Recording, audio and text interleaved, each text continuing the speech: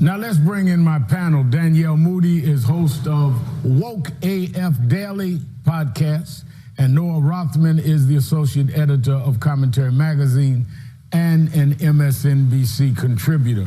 Noah, you hear First Senator Peters saying, come on, Mitch McConnell, call us back into session. The president, in an uncommon move, though very much later, I might add, came out in support of the House bill, worked out something where he could at least in tweet agree with Nancy Pelosi, his secretary Mnuchin, working out a deal, and the Senate is off till Monday. Well, the Senate, at least Senate Republicans, have been pretty much sidelined in this process. It's Secretary Mnuchin and House Democrats that have been negotiating this package, and the president is in need of a package. I'm of a mind that it was appropriate for the president to consider the effects on the economy. The prospect of a recession, which seems all but unavoidable at this stage, will affect many lives, perhaps more lives than the virus, and could be very damaging to American life and economic health. The problem with the president could also be damaging to his reelection, which is his concern. Precisely, but let's assume good faith and assume that the president doesn't want to see the economy collapse. The problem that he faced was that his efforts were not working. Every time he spoke, the markets did not respond. Injections of $1.5 trillion worth of liquidity into the economy had no effect, because this is not an economic crisis, it's a public health crisis. Right. The president seems to have reluctantly at least come to that conclusion and is now addressing this through this package, but it's not going to be enough. It's not going to stop the problem. The problem is the virus, and until we get a handle on testing and mass testing and are able to isolate these asymptomatic cases, markets are not going to respond, no matter how much liquidity we provide to people who might be displaced.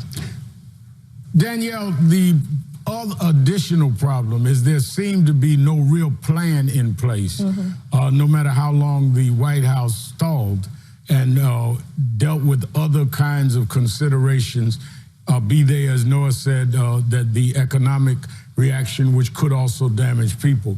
But there seemed to have been no plan in place until the House bill last night, and now that's on hold for 48 hours if Mitch McConnell doesn't call the Senate back.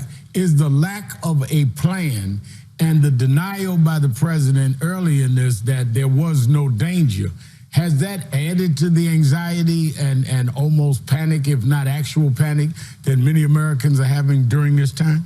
I mean, the fact is that the president's denial, not only denial, but play down, the fact that he called this a hoax, a Democratic hoax, 2 weeks ago, I can't think to myself enough about what we could have been doing during those 2 weeks when the president was at rallies calling the coronavirus a Democratic hoax. He had an opportunity. We are on the same path that South Korea has been on. We could have had testing. The WHO had already had test kits that they had put together. So the idea that this administration has said, oh, well, we are creating tests have already been created. All we had to do was buy them. So for me, the trouble that I have with this administration is that this president seems to be more concerned with the numbers and the markets as opposed to people's lives and this being a public health issue. He's more concerned, as he said and is on tape, saying that he did not want the cruise ship to come into California because he wanted to keep the numbers low. A whistleblower came out from the White House and said that the president particularly did not want testing to be ramped up because it will hurt his reelection. These are things that we know, so I don't want to assume good faith because the president has told me everything that I need to know. What do I always say? When people show you who they are, as Maya Angelou said, believe them. This president has lied over 16,000 times. So why do we think in the middle of a pandemic that he's going to start telling the truth? Why do we think that he's going to put his interests, the interests of the country, ahead of himself? He has never done that before. Now, Noah, explain something to me if you can, because I can't figure it out. The president said, even though he had contact and was around people that had been deemed to be positive with coronavirus, that he didn't see the need to be tested. He'd deal with it by and by when the morning comes, as we say in church. Then all of a sudden, he announced today he was tested miraculously. Where was the change in heart, or was it a change in political posture?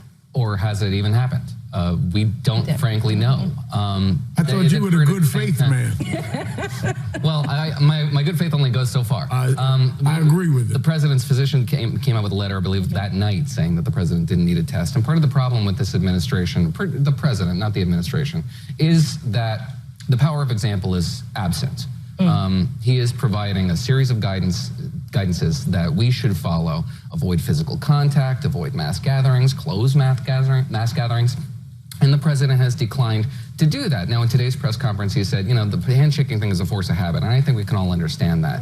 The defiance with which his campaign greeted calls to close mass rallies, phone banking sessions, MAGA meetups, that was inexcusable and unacceptable. It's a for thee but not for me kind of behavior. And that's the sort of thing that I do think gives you pause and suggests, well, maybe the president didn't have his heart in this thing before. I believe he's coming around to it, to the fact that this is a genuine crisis, but I don't think he was there earlier this week. But as people around the world were dying at even much higher rates than we have here so far, he's dealing with world leaders. He's dealing with people, because we're in a global community, that you would have thought would have at least sensitized him to the global outbreak that has now come home to the United States. Yet he seemed to take his time. He took his time because he has considered the idea that we are a global society. He's wanted to shut down borders. He's put up bans. First things that he did when he came into office. He doesn't understand the connectivity that is in the world right now. Even in the press conference recently, he said, you know, I'm not going to talk about these other countries. How? How? We can see that by you denying what was happening in China and by you denying what was happening in Italy, it was going to come to the United States. The United States is not an island upon itself. And so the idea that he would continue to do that is problematic, and we see it unfolding. Well, he understood the world as he built Trump hotels around the world. Danielle Moodie-Mills and Noah Rothman, thank you for being with us.